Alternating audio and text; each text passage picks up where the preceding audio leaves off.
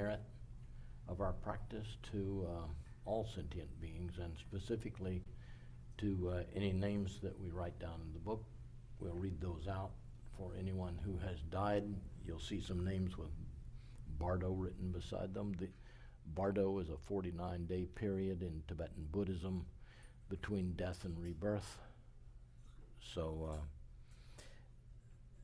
or anybody who's sick or stressed with anything in particular, you can write their names in here and we'll read these out when we dedicate the merit.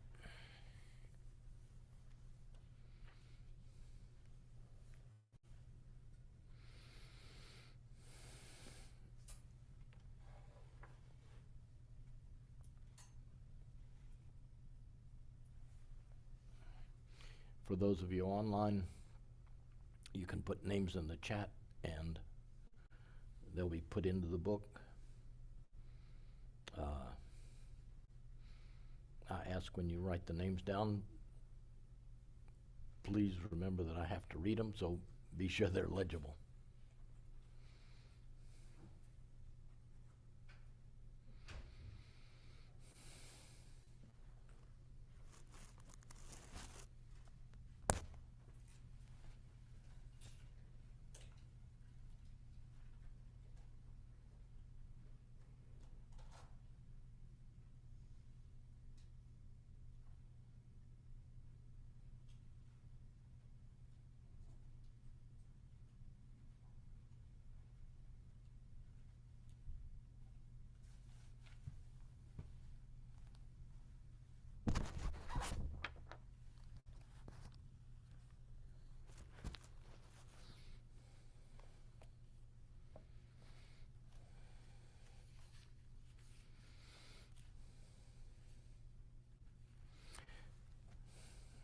Good morning, everyone. My name is Charlie.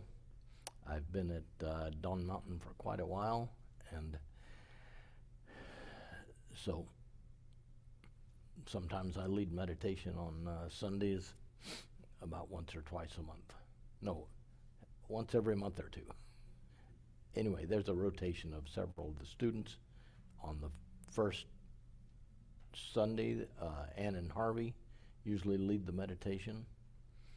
So encourage you to come and participate in that. We're going to start with some prayers to dedicate our set our intention. They're here on the screen. May all beings always have happiness and its causes. May all beings always be free of pain and its causes. May all beings always be pain-free and live happily. May no beings ever cling to those near nor spurn those far. For as long as space abides, as long as the world remains, just so long may I be there, resolving all beings' pain.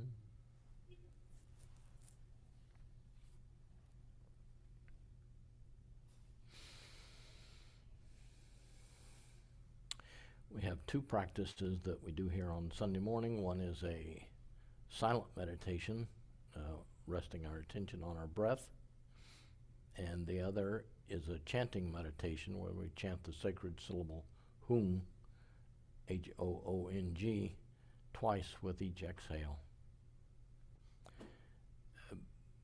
The purpose of these is to help us with our mindfulness and our attention, and both of these meditations are the same in that way. They are just have a different focal point.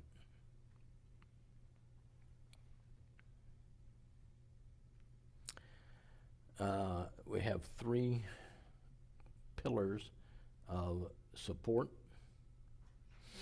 We're all sitting on a cushion or a chair, and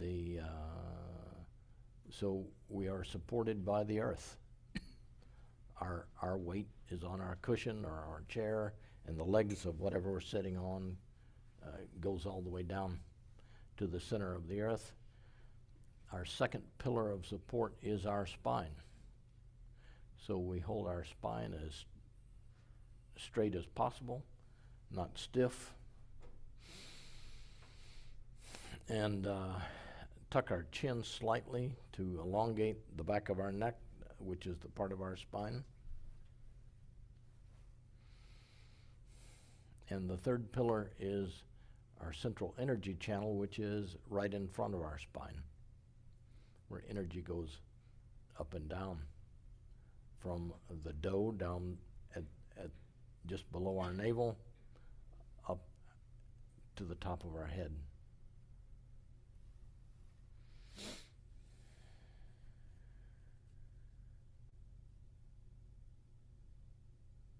We practice with our eyes partially open to facilitate the development of mindfulness in our daily activities. So we have our eyes open but not sharply focused on anything, down about 45 degrees in front of us, maybe 2 or 3 feet.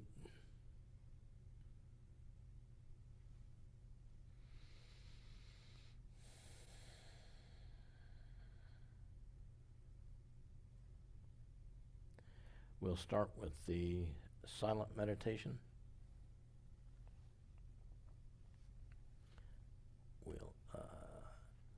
Let's start with 3 deep breaths in through our nose and out through our mouth.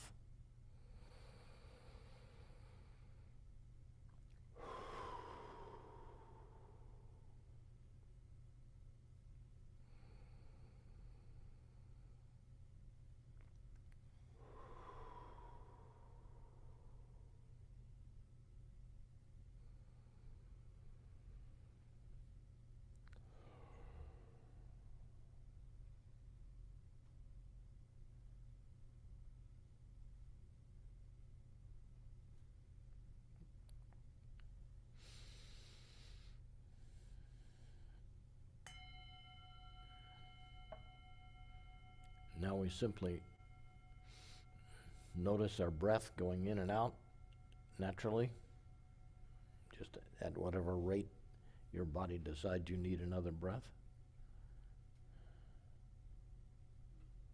And we rest our attention on that breath.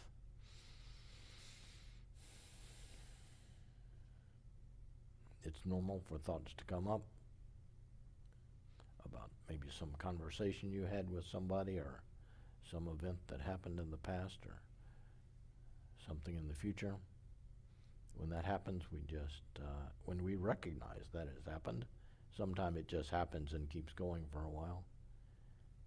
When we notice it, we just say thinking silently and go back to our attention on our breath.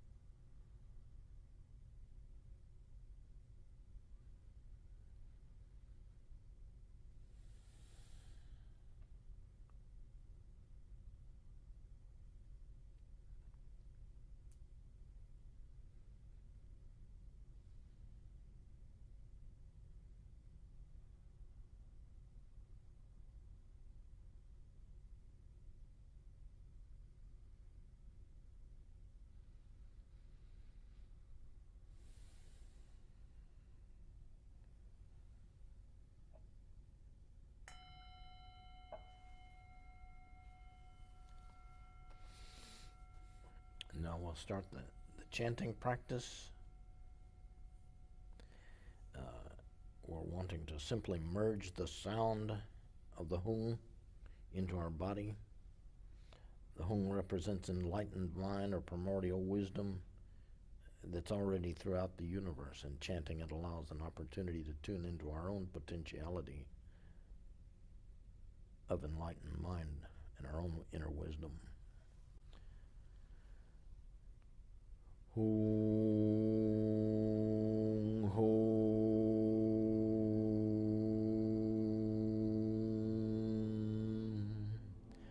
hung, hung,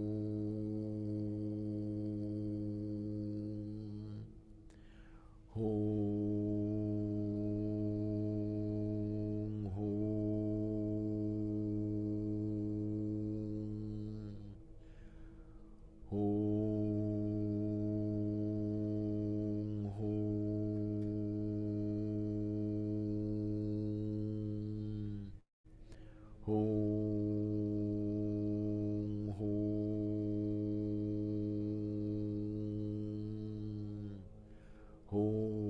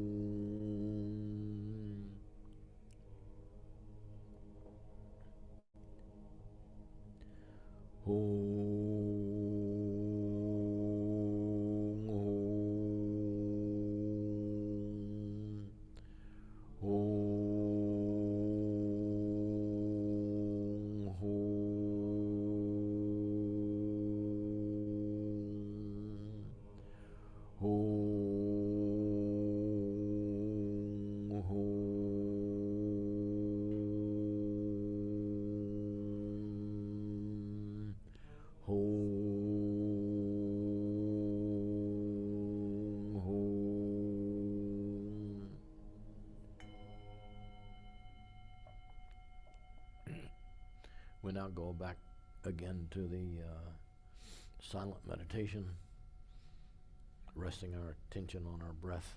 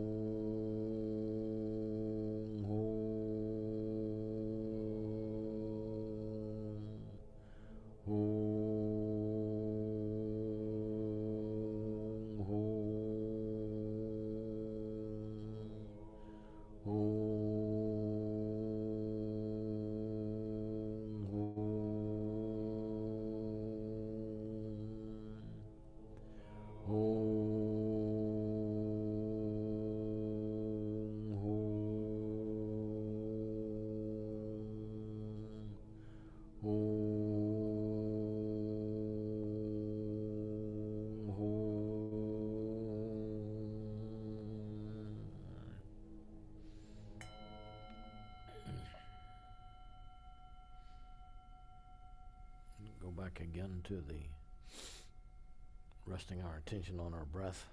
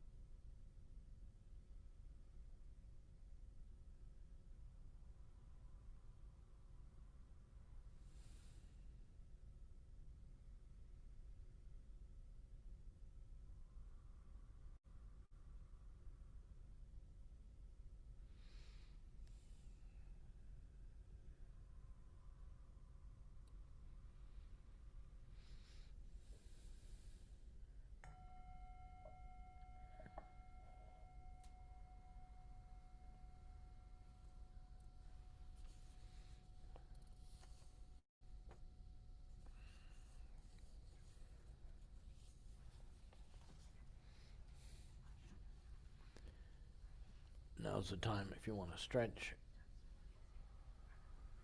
Stand up. Sometimes sitting gets old. If anybody else has come online, you can put names in the book through the chat, and we'll pass it around here again if anybody has any in person. So every week we read, after meditation, a chapter from Pema Chodron's book, Comfortable with Uncertainty. Today's chapter is chapter 6, Loving Kindness and Meditation.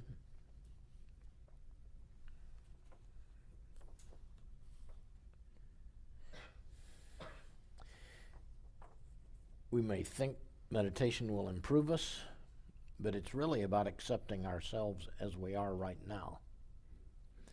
When we start to meditate or to work on any kind of spiritual discipline, we often think that somehow we're going to improve, which is a subtle aggression against who we really are. It's a bit like saying, if I jog, I'll be a much better person. If I had a nicer house, I'd be a better person. If I could meditate and calm down, I'd be a better person. Or the scenario may be that we find fault with others. We might say, if it weren't for my husband, I'd have a perfect marriage. If it weren't for the fact that my boss and I can't get on, my job would just be great. And if it weren't for my mind, my meditation would be excellent. But loving kindness, Maitri, toward ourselves doesn't mean getting rid of anything. Maitri means that we can still be crazy. We can still be angry. We can be timid or jealous or full of feelings of unworthiness. Meditation practice isn't about trying to throw ourselves away and become something better. It's about befriending who we already are. The ground of practice is you or me or whoever we are right now, just as we are. That's what we come to know with tremendous curiosity and interest.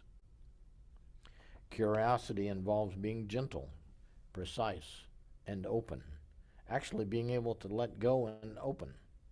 Gentleness is a sense of good-heartedness towards ourselves. Precision is being able to see clearly, not being afraid to see what's really there. Openness is being able to let go and to open. When we come to have this kind of honesty, gentleness, and good-heartedness, combined with clarity about yourself, there's no obstacle to feeling loving kindness for others as well.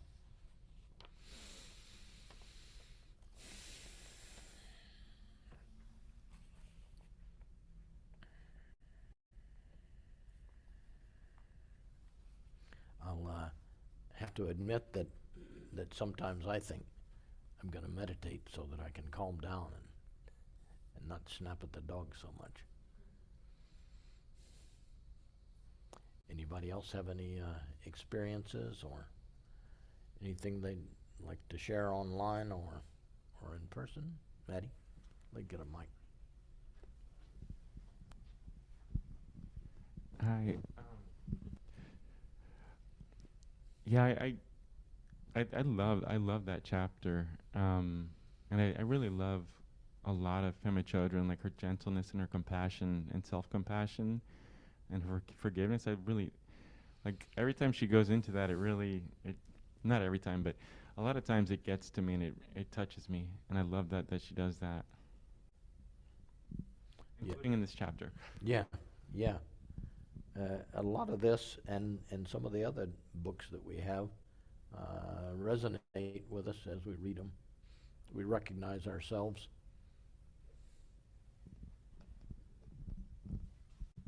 I see a hand up.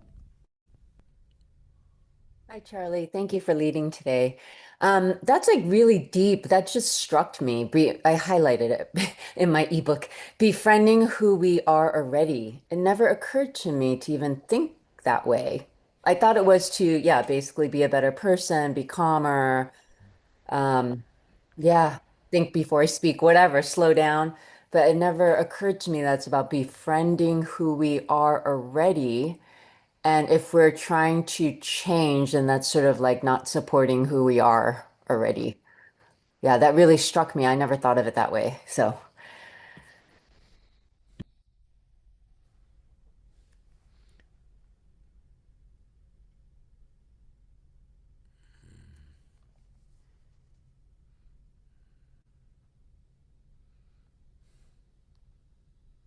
Nancy?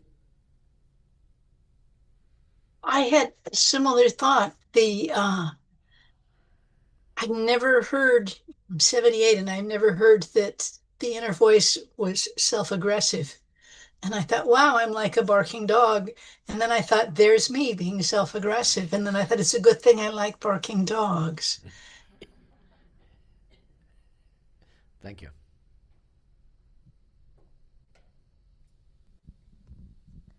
I'll share that I feel like I know this. We're not supposed to uh, sit in meditation and think it's gonna make me better, but I know I will make that mistake again, and I'll do that again. And I think I plan to do it many more times because I just don't know what else to do when I get angry.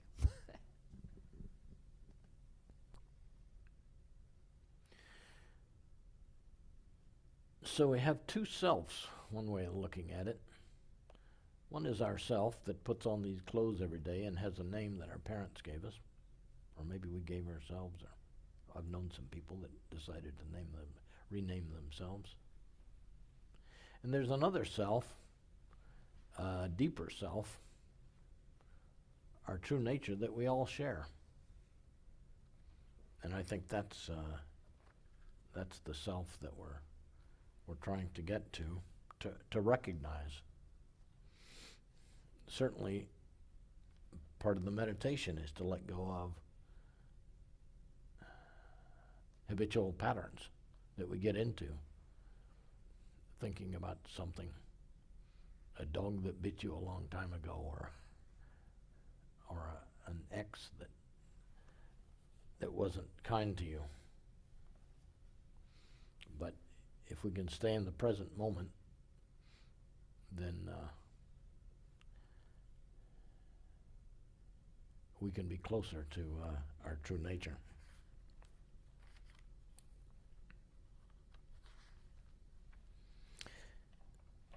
So today, we dedicate today's practice to all sentient beings,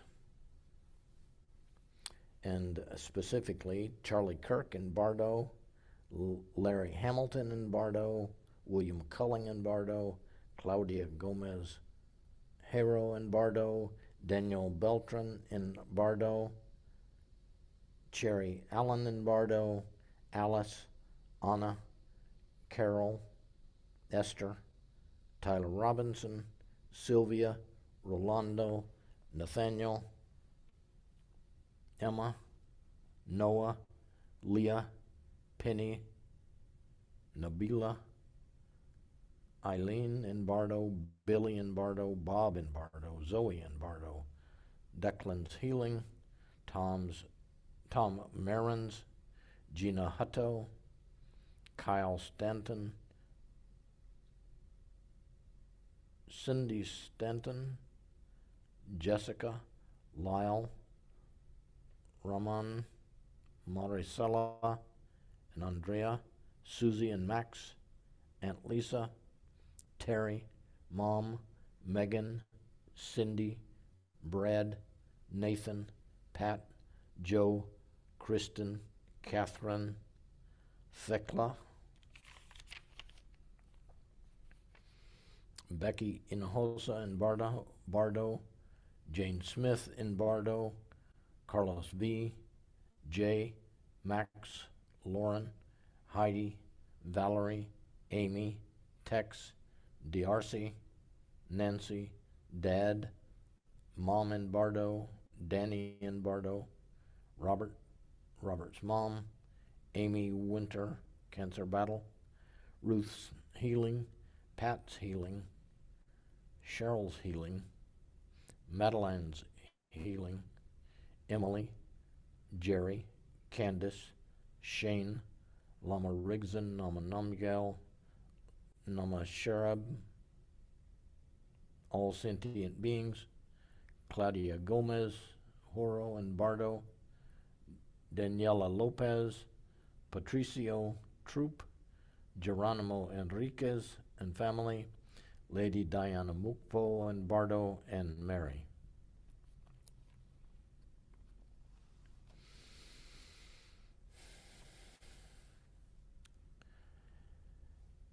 By this good may I swiftly once become a great guru, lead all beings, everyone, to reach to that very ground.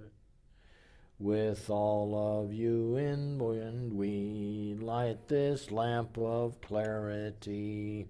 May the glow of love, wisdom, shine within us everyone, till we all rise forth born in one enlightened mandala.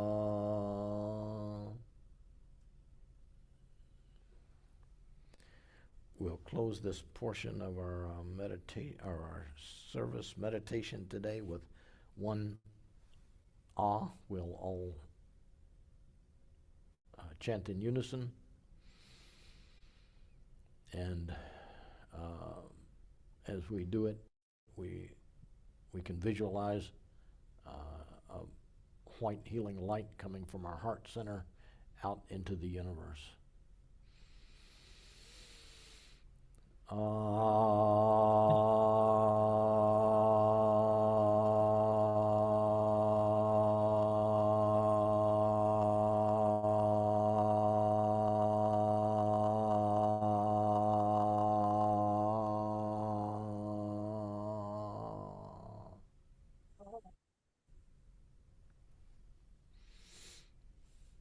Emily, do you have some announcements? I sure do.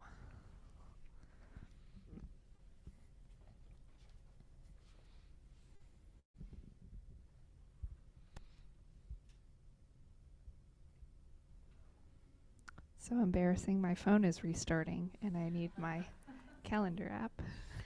Well, let me start with here we one. go. You got it? Yes. So, in October, we have quite a few events coming up. Pretty soon here, we're going to have an announcement about a Chenrezig practice on October 4th. We're going to email about that. That'll be online. On Saturday, October 11th, we're going to have a meeting for Full Cycles people online. And that evening, we're actually going to have a movie showing. We're going to show the movie Tukdum. It's a documentary about advanced meditators who die in meditation and continue to somehow meditate in death for a few days. It's a really interesting topic I don't know a whole lot about, so it'll be great to watch a documentary, and the filmmaker should be here, so we'll email about that soon too. On October 18th, we have a one-day workshop, Genlin's Focusing for Dzogchen Practitioners. This is a workshop on focusing, but specifically for people who are doing Dzogchen practices. If you are a Full Cycles member, it's included in your tuition. Please email me if you have trouble signing up, and feel free to email me if you have any questions. And then Saturday, October 25th, we'll have a Nundro meeting. This meeting will be for people who are totally new to Nundro to hear a little bit about what Nundro is, and then for those of you who have been a part of our Brilliant Basics series, you can stay a little bit after the meeting and we'll discuss accumulating. That information is going to come out soon too. November 14th through 16th, Lama Tenzin will be visiting for a weekend retreat. Lama Tenzin Samphel is He lives in France and he comes every year to teach with us in November. So that'll be November 14th through the 16th. And our next first Sunday is October 5th. And we'll have our usual free lunch on that day. So, did I forget anything, Charlie? Well, maybe you didn't know about it. Uh-oh. There are a couple of Buddhist journals. One of them is Tricycle Magazine, and they have a website, tricycle.org. What was I going to say? Oh, so you can sign up. They have kind of a thought for the day every day. It's just email comes out, Daily Dharma. You can subscribe to the magazine. You'll get the paper copy, and you get access to more stuff from links. One that I got today, the Daily Dharma, came up, and right below it there's an announcement that Professor Ann Klein was going to be speaking on Monday, September 29th. That's a week from tomorrow at noon, to explore ritual and devotion in Tibetan Buddhist practice. In conversation with Tibetan Buddhist scholar and Tricycle Associate Editor Zim Pickens, Professor Klein will discuss ritual as embodied practice, the centrality of devotion in Tibetan Buddhism, and navigating ritual as a cultural outsider. We'll also consider ritual adaptation and what changes might shape the future of Tibetan Buddhism. This is free for Tricycle Premium subscribers. I don't know if I'm a premium. It's only $10 for general admission if you'd like. And there's a link. I can share this with anybody that wants it afterwards. We're going to have a few minutes. We're going to have a teaching at 11, but that's still 10 minutes away. We can get up and have some water. Sometime we have snacks. We have Tea. And then we can stay. I believe Lama Sharab is going to teach today. I'm not sure who else. I don't see it. He's here yet. So, thanks to everybody for coming today. And we'll see you next Sunday. There'll be, so the first and third Sunday after the meditation, we have a teaching. Sometimes it's our resident lamas, Lama Namgyal and Lama Rigzin, and in Harvey, but when they're sitting up here, they're lamas. Or when they're teaching, we address them as lamas. So, get up, stretch, and I'll be glad to visit with anybody or whatever about things going on.